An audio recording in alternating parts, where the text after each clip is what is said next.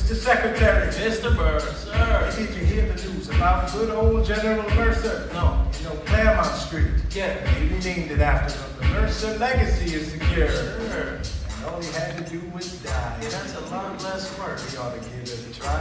How you gonna get your debt plan through? I guess I'm gonna finally have to listen to you. Really? Talk less, smile more, do whatever it takes to get my plan on the Congress floor.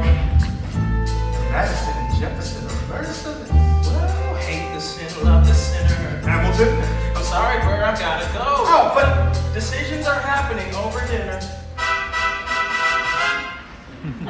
two Virginians and an immigrant walk into a room diametrically opposed foes. They emerge with a compromise, having opened doors that were previously closed. The immigrant emerges with unprecedented financial power, a system he can shape however he wants. The Virginians emerge with the nation's capital, and here's the pièce de résistance.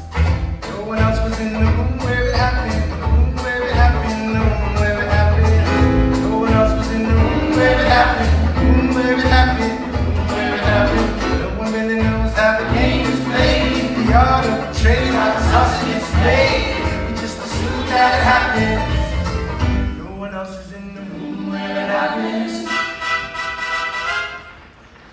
Alexander was on Washington's doorstep one day in distress and disarray. Alexander said, I've nowhere else to turn, and basically begged me to join the fray. I approached Madison and said, I know you hate him, but let's hear what he has to say. Well, I arranged the meeting. I arranged the venue, the seating. No one else was in the room where it happened, the room where it happened, the room where it happened. No one else was in the room where it happened, the room where it happened, the room where it happened. No one really knows how the party gets the yes.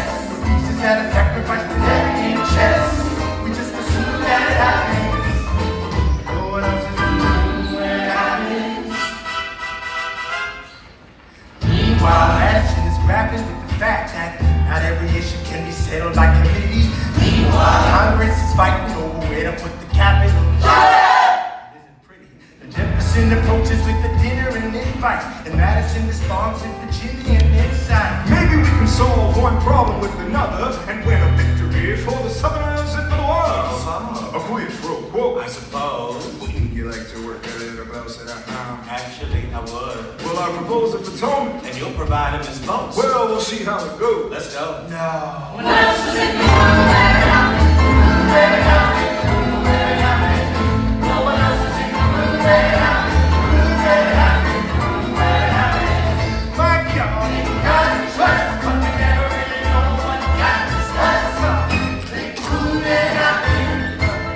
no one else is in the room where it happened. I said Hamilton. What did they say to you to get you to sell me your train down the river? I said Hamilton. Washington know about the river was the presidential pressure to deliver. I said Hamilton.